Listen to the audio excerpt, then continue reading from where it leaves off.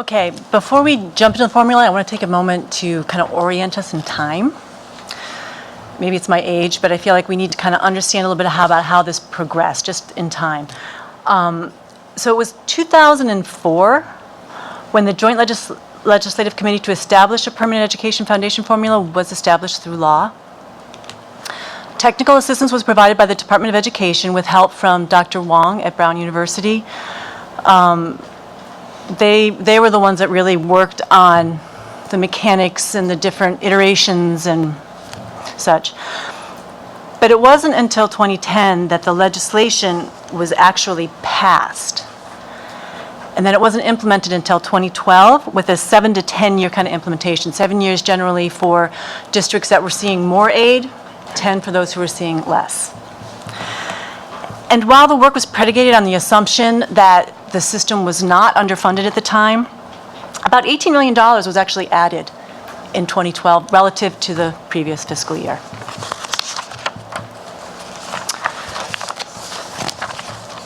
And since implementing the funding formula in 2012, the state has increased education aid distributed districts by about $280 million. That's roughly 40%. However, over the same time period, public school enrollment has increased by about 1.4%.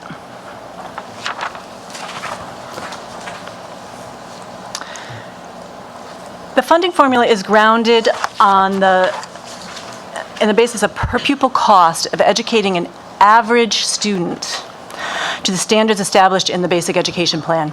Basic Education Plan is basically a set of regulations promulgated by the Board of Education that provide the standards for education in Rhode Island.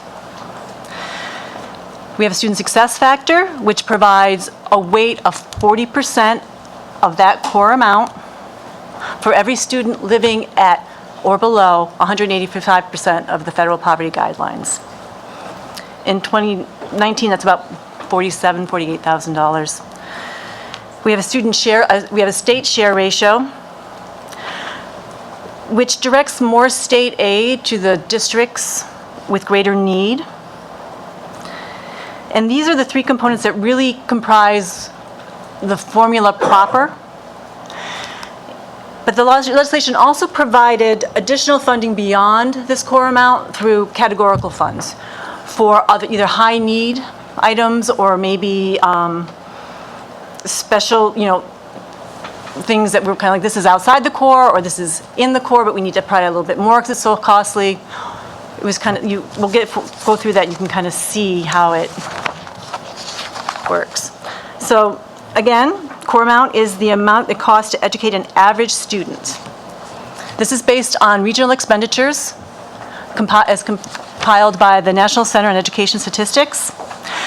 It basically includes instructional needs. It does not include costs that were perceived to be more locally controlled or district specific.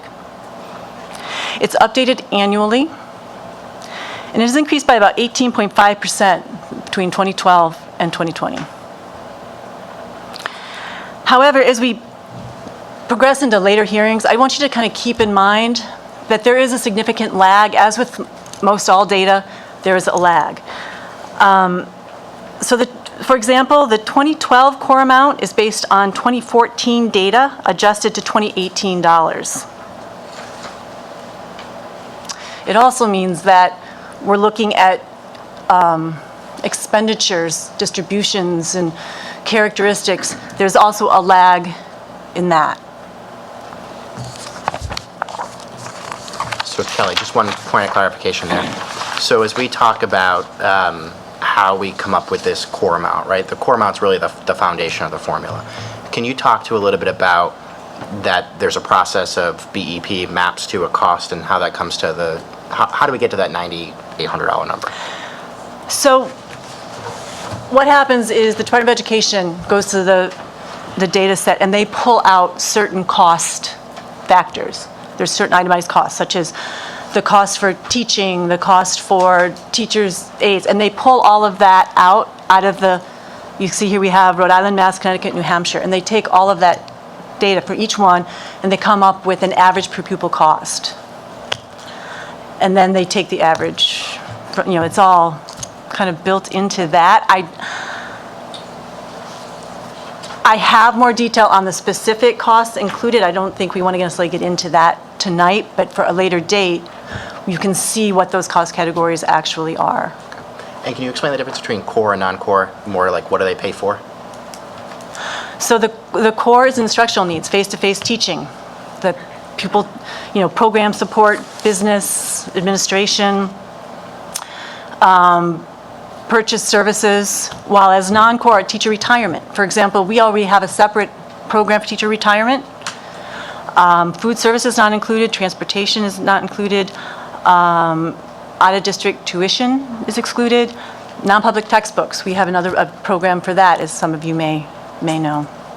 And we also do not include federal funding in this, that's pulled out of these numbers as well. So, in addition to that core per-pupil amount, we add what is called the student success factor. That's a 40% weight. Again, it's on the average cost, the cost to educate an average student. So it does include some of your higher costs in there. It will include not necessarily the high cost special ed who may be district out. If they're tuitioned out of district, that would be excluded, but it will include most of your like IEPs. It'll include a lot of some of your L. A lot of that is kind of baked in there to some extent, just because it's the average cost. And so it includes the whole spectrum of students. So the total foundation amount is designed to represent the amount of funding necessary to meet the needs of the students in the district as described in the basic education plan. To calculate the total foundation amount, we take the sum of two products. The enrollment of the district multiplied by the core amount, plus the number of students meeting the poverty criteria multiplied by the student success factor of 40%. The next step is to determine what of that total amount, that total budget, is state share versus local share.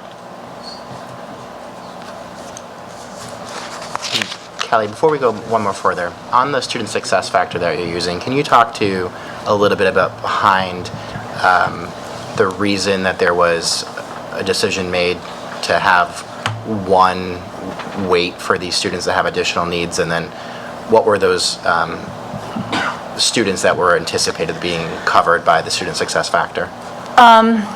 So based on what I have read in materials from then, I did not participate in the creation of the formula.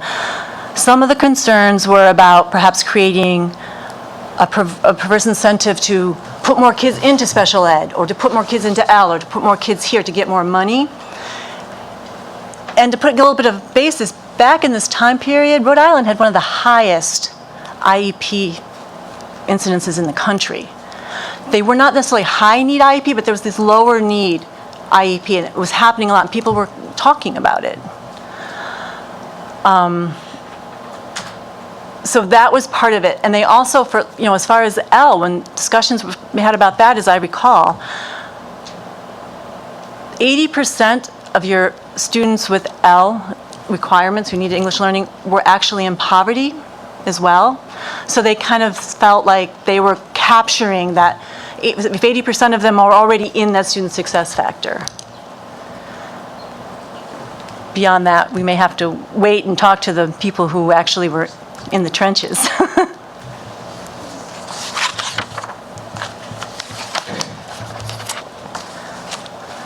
So, the state share ratio. This lovely formula you see at the top of the slide is the infamous quadratic mean. Senator DePalma has been very excited for this slide, Kelly. He has prepared 35 questions, and so we'll let you get through that, and then he'll ask questions. So to kind of try to make it simple so that we can kind of grasp it, this quadratic mean, it's a combination of two factors. One is the relative wealth of the community. The relative wealth of the community is measured based on property values, adjusted for family income, and this is done on a district basis relative to the state, the average of the state as a whole. This is intended to measure a community's ability to raise revenue to fund education. The second factor is a community's concentration of students in poverty. It was decided that we needed to address some studies, I believe, that indicated that concentrations of poverty created other issues beyond just simple poverty, that when you had a bunch of students in poverty in one area, you had greater costs associated with that education. So they included the percentage of children in pre-kindergarten through 6th grade who were living, again, we use that 185 federal poverty guidelines. So then what they did is they Kelly. took this and they squared each of those factors. You Kelly. can see it up at the top. Hey, Kelly. By doing that, they increased the weight of the greatest indicator. Thank you. Senator Metz. Yes, I just help me clarify something. How did they factor in the nonprofits that like the city of Providence, where over 40%, close to 50% of the land is owned by nonprofits that don't pay taxes? If we had some revenue from the tax income from on all that property, half of it, 30%, the city would be in much better shape. So how was that factored into this formula? So the calculation of what in this appears as the E-wave, it's complicated. So municipal finance does that. They take the assessments, they adjust them, they kind of create up to a whole full assessment, and then they take all that, proportionally reduce it back to what the total was originally. They take the median family income. So I would have to defer to someone who really works with that on a more regular basis. But my understanding is that they take what the local assessments is and they try to adjust to make it so it's apples to apples across communities. And Senator. Well, we can, at a later date, fine, that would Yeah, just pop we in can as dig you went through deeper that. into At a that later date, then. if someone could enlighten me, I'd appreciate it. Yeah, Senator, I think it's a really good question. We do have, as one of the later times, to dig into this a little bit deeper. And I do know municipal finance to be able to answer the question. What I would say is they do, if my memory is correct, they do take the pilot that's received in exchange for the value of properties taken off the tax rolls with the pilot money that's coming in. And that does play a factor. Exactly how it's done, I forget the specifics of it, but I Yeah. do know this factor, but we can certainly make sure that we cover that when we have that hearing. Thank you. Sure. Go ahead, Kelly. Senator Palmer. Just before we leave, I wasn't sure if you were done with that chart. So Kelly, one of the challenges with the equation, and so we have the equation such that and I'm not going to go into it here and ask you specifically about it. I know we're going to follow up later, but we have that 0.475 factor on the E-wave, and it's in fact, if you look at the district over district and state over state, it reminds me sometimes of the things we have with regards to how we determine our FMAP for Medicaid funding.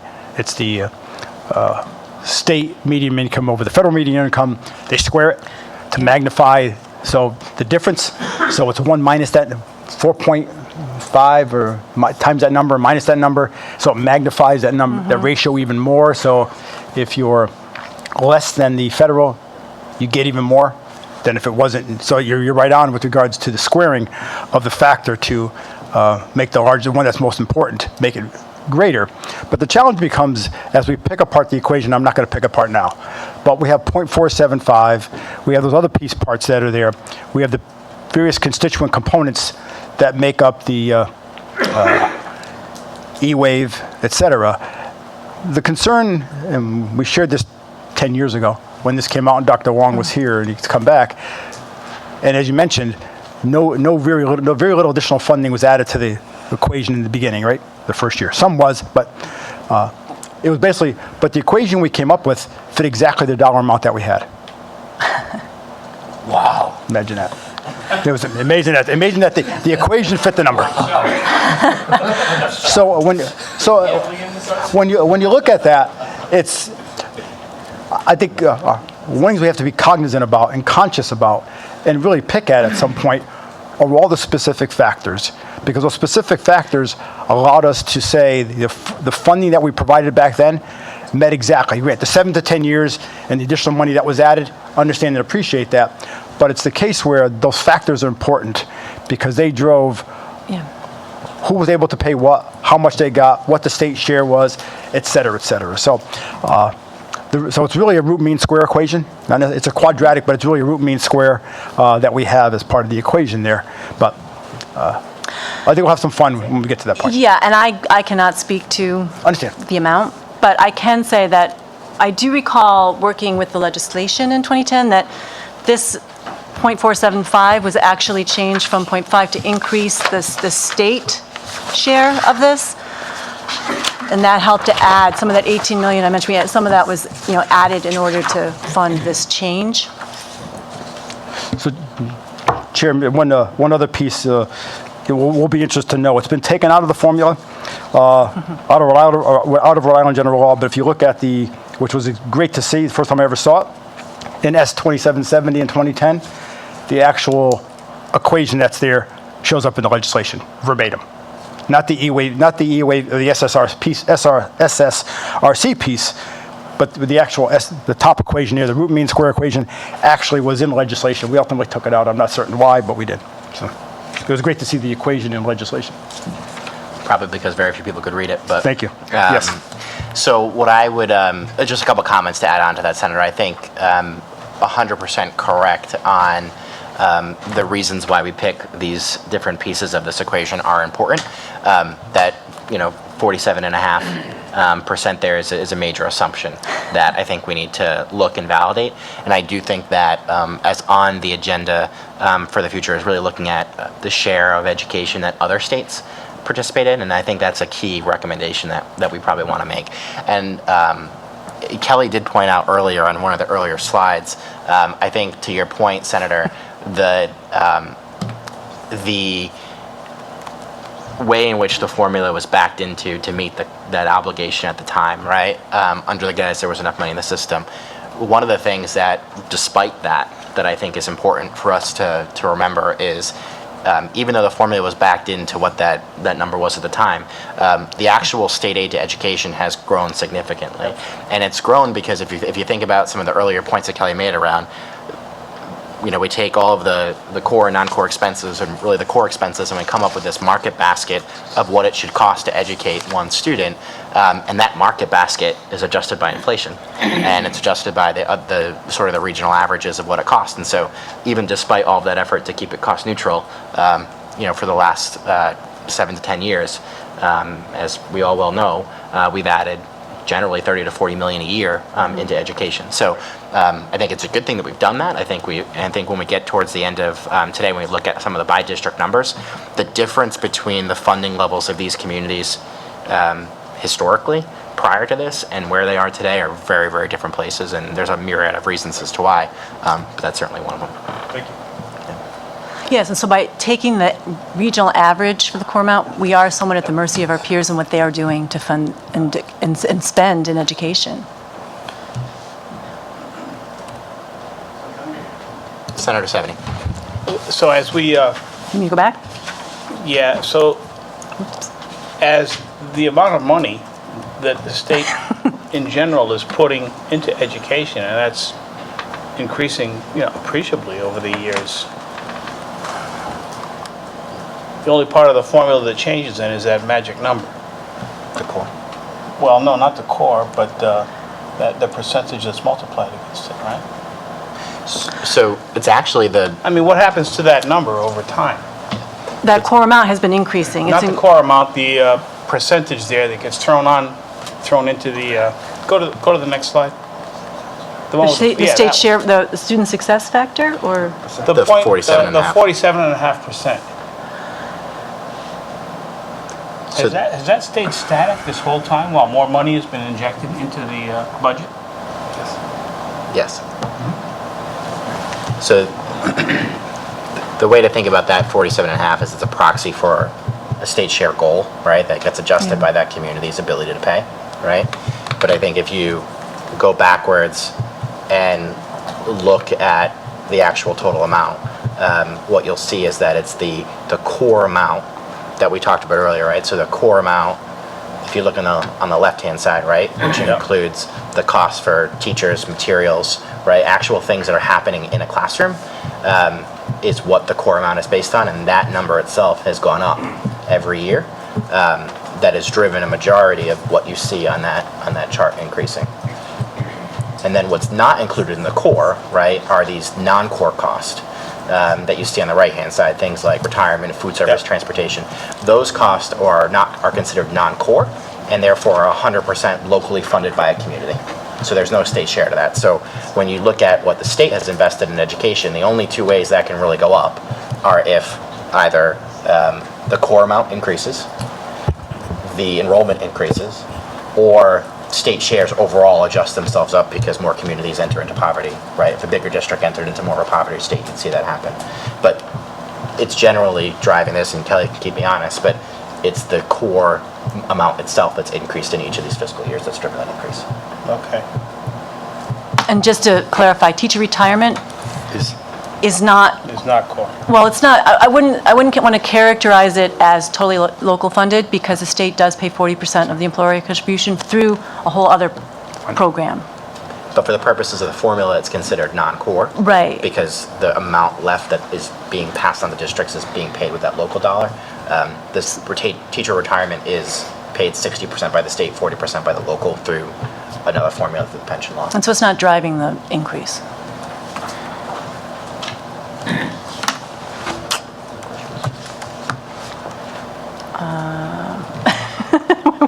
We're both doing it now. Back up. Okay. So just to recap, the state share is the state share ratio times that foundation budget that we discussed, which has both the core amount plus the student success factor.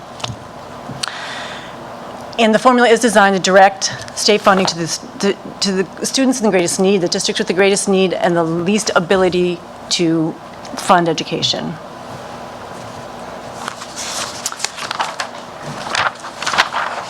Easy, right? So as mentioned previously, the legislation does provide for certain categories of aid to address beyond the core services. Generally, these categories are subject to a prorated reduction based on what the General Assembly provides in funding.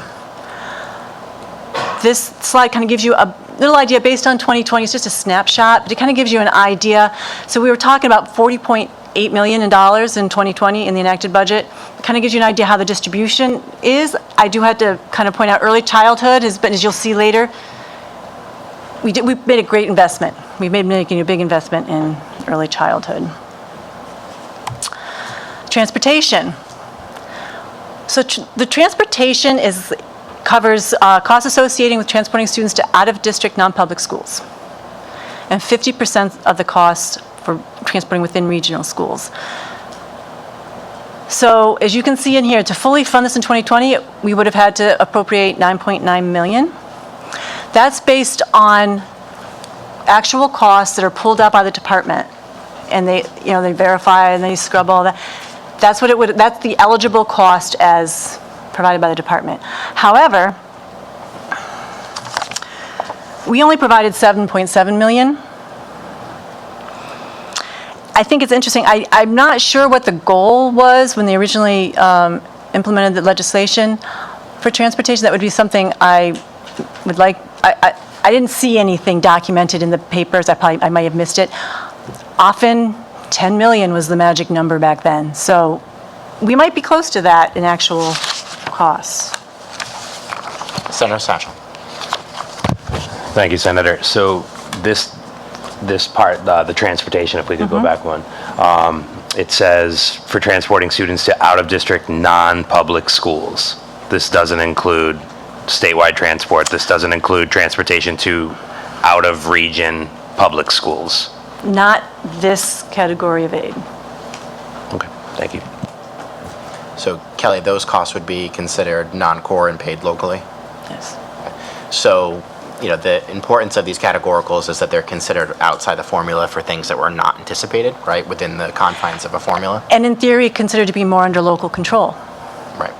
And so so I understand the way that if this is calculated is they say, okay, what is the total amount spent statewide on out-of-district, non-public school transportation? 50% of that is what we have said to the categorical in an ideal state that we would fund. Well, the 50% is the regional districts. My understanding is for the transporting students out of district, non-public schools, I 100%. believe that, but it's only the non-public schools, so it's going to be, your private schools, so that kind of limits that population a bit. And so the goal here was to gather all those costs and then say these were costs the state would be willing to share in because of their abnormal nature, I guess is the way to think about it. And that if we were to fully fund it, it'd be 9.9 million. And I think under the original plan of the formula, the plan was that eventually we would fully fund all these categoricals. In theory. Okay. And then what's actually happened, at least relates to this one and probably the ones that come after, is we've funded 7.7 million of this 9.9. Yes. And there is the statewide transportation contract. We don't want to necessarily dive into that tonight, but it's something to kind of put in the back of your heads for discussion potentially later. That is part of the, one way around this was to try to lower costs through efficiencies. Jimmy, if I- Senator Palmer? Thank you for, Chairman. One other thing with regards to transportation, if Senator Picard was sitting next to me, he tapped me on the shoulder and said, we need to bring it up here because it affects all of our districts, has to do with ESSA and DC kids in the group homes in the care of the, I'll say care of the state, but under the responsibility of the state that are in the best interest determination of children, where they're now, if they're from Middletown and they're now living in somewhere other than Middletown, we'll put it outside the school district, they're in Providence, the likelihood is they're going to continue to go to school in Middletown. So those costs have to be borne by somebody. And so from an ESSA, as opposed to No Child Left Behind, which changed that as part of the ESSA rules and regs or the approach from an ESSA perspective, we might want to think about how, should any recommendations come forward from the commission, how we factor that in.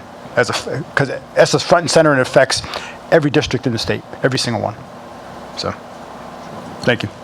Yeah, Senator, I think that's a very good topic, and you'll be happy to know in some of the pre-work with RIDE, Dr. Wong, Cindy Brown was in the room. They all said Senator Palmer was going to ask about DCY of transportation. I think it's a good point, and so we do have some topics planned on that in the future. But I fully agree that I think it's something we're going to address. High-cost special education. Again, my recollection, and this is just more kind of hearsay than I was not party to the discussions so much, was that they didn't want to necessarily create an incentive to put a lot of kids into IEPs and special ed at the lower level, but you have this population of students who are high need, who have high cost needs. And I have not looked at it recently, but years past looking at it, was actually remarkably evenly distributed between districts. That may have changed, but generally, this is the kind of cost that can really throw a local budget out of whack. So currently, this reimburses districts for services in the cost of 5 times the combined student success factor and core amount, which is about almost $69,000 in 2020. To fully fund this category in 2020, we would have had to put in almost $16 million. We put in 4.5. Originally, the goal for this was 10 million.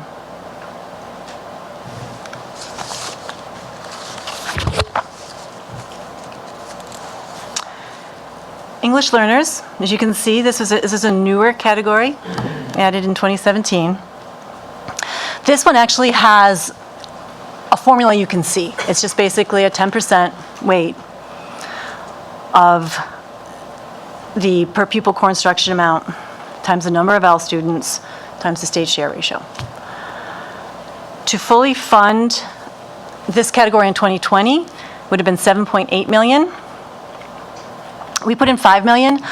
I do want to point out this has become a rather volatile categorical. There was a big increase in enrollment between 2019 and 2020. I am hearing word that there's probably going to be another big increase because the districts are working really hard to properly identify these students. Something else I just want to kind of mention for you to file away. This category was designed to provide funding for best practices, new practices. It was not intended to supplant existing funding for English learners. And Kelly, on this categorical, this is, I think, the only one that is there that was not part of the original formula that's still funded to this day. Like density aid was there that we added after, but that's been Right, since that's removed. I kind think of every other phased out. categorical we're going to go through was part of the original inception of the formula. I think this is the only one that's active that was not part of the original formula and passed in 2010. Technically, we have the security Okay, one, but good point. that's also more of a temporary, one, which we'll get to a little bit later. So I guess my point here is that when we talked earlier about we have the core and then we have the student success factor, and you mentioned earlier there was an 80% correlation between poverty and English language learners. And the decision was made at the time in order to make sure we don't over-identify or under-identify that poverty, because it was a easy universal federal measure, that the resources that were anticipated to be needed for English language learners were included in that student success factor. And clearly, through the feedback that's happened and why this categorical has existed, is that for one reason or another, that student success factor wasn't fully meeting the needs of this population, and therefore derived a push to add a categorical for ELL, that, again, to your point, was to be used for new programming for these populations. But clearly there was something missing that we had to add, which is why this was added. Remember, too, this was all done between 2004 and 2010. So things have changed. Meaning that the population of ELL was significantly different in Population is 2010 growing, than in 2018. identifications are changing. It's kind of, things are, the formula does its best to adjust, and by trying to capture that average cost, the cost of educating an average student, try to catch some of that in there.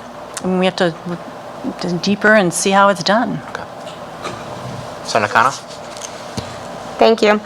So Kelly, the identification of the students in this category are done by the municipalities, but is there any specific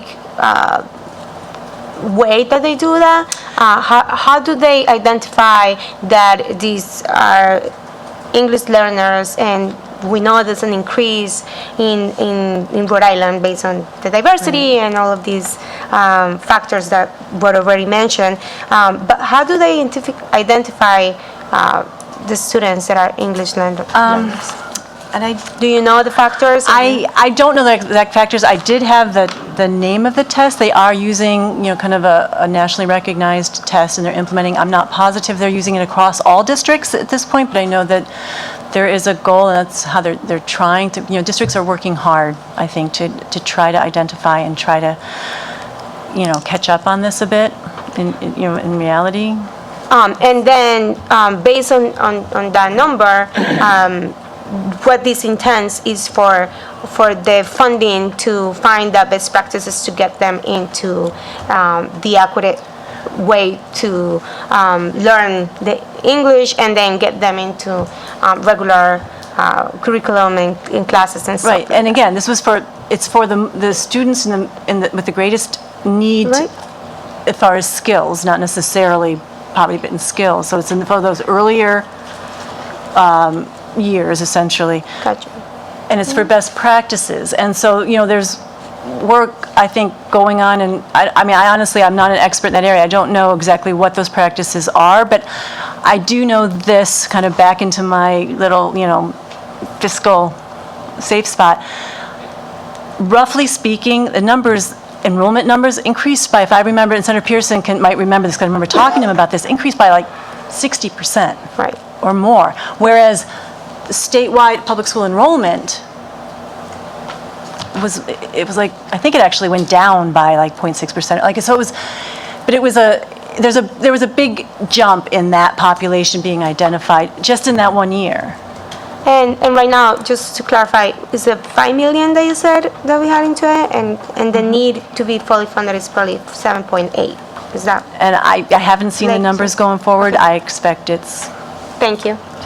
it will go up just because that core Yep. amount will go up too, so. Thank you, Senator.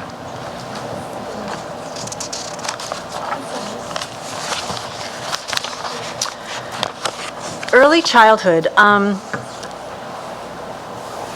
Early childhood is designed to increase access to voluntary, free, high-quality pre-kindergarten. These funds are distributed through a competitive RFP process.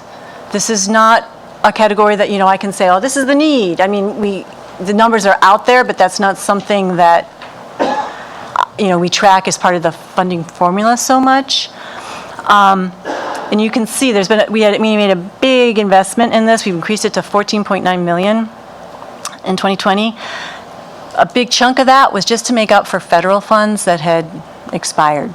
And if I remember correctly, that big jump in funds bought us another 200 seats.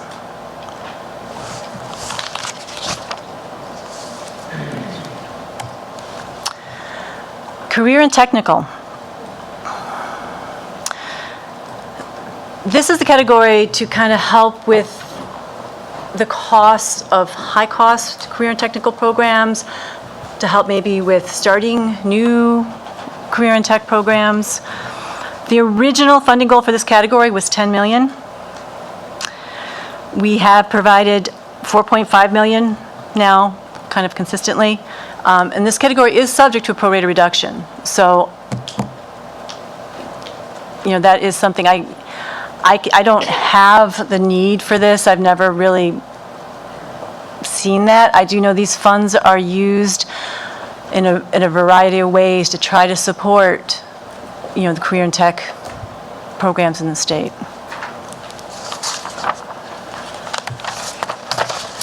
A few residual categorical aid programs are group home aid.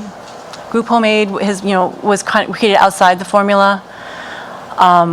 The formula, we didn't really touch that. We did not too long ago kind of increase the per bed share. We have the regionalization bonus, which is still there. It was designed to help with the initial costs of regionalization. So it actually, it phases down. Since we have not had any new districts regionalized, it hasn't been used recently. And then, as we mentioned earlier, the school resource officer support, that actually will phase out as well in 2021.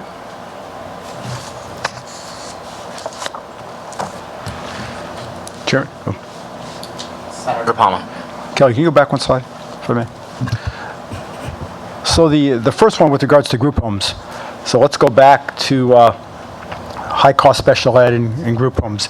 And from a DCYF perspective, as we seek to, in the right reason to do this, reduce the number of group homes the state has, and that's been done over time, and it continues to happen, we're going to continue to see the group home aid go down. It's a fact. It's going to go down. What we're not going to potentially see, though, is, and I think we need to look at the formula from the perspective is, as the group homes close, students are staying at home. They're going to foster families. They're going somewhere else other than the group home.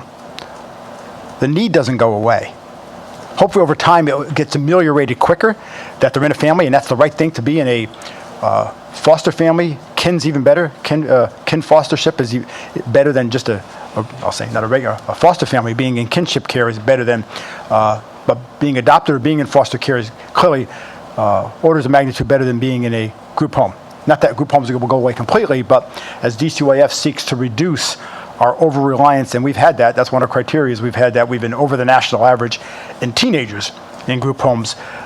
We're going to see that number go down, but I think we need to figure out how to take into account that number going down, number of group homes, and that dollar amount going down, and the needs and services that are needed to those kids in other places that are going to be in traditional homes, where we want them to be. I don't know if I'm making sense there, but the intended consequence is great. The unintended consequence is there's still a need for districts to support those children and their families, but the money we had going to them before for those needs when they were in group home doesn't exist anymore. So it's we need to figure out how to make sure we don't lose sight of that. We've been experiencing now for the last several years. Well, one of the reasons the group home aid was created was to reduce the struggle of trying to assign a district of residence for the Right, students. I understand, yep.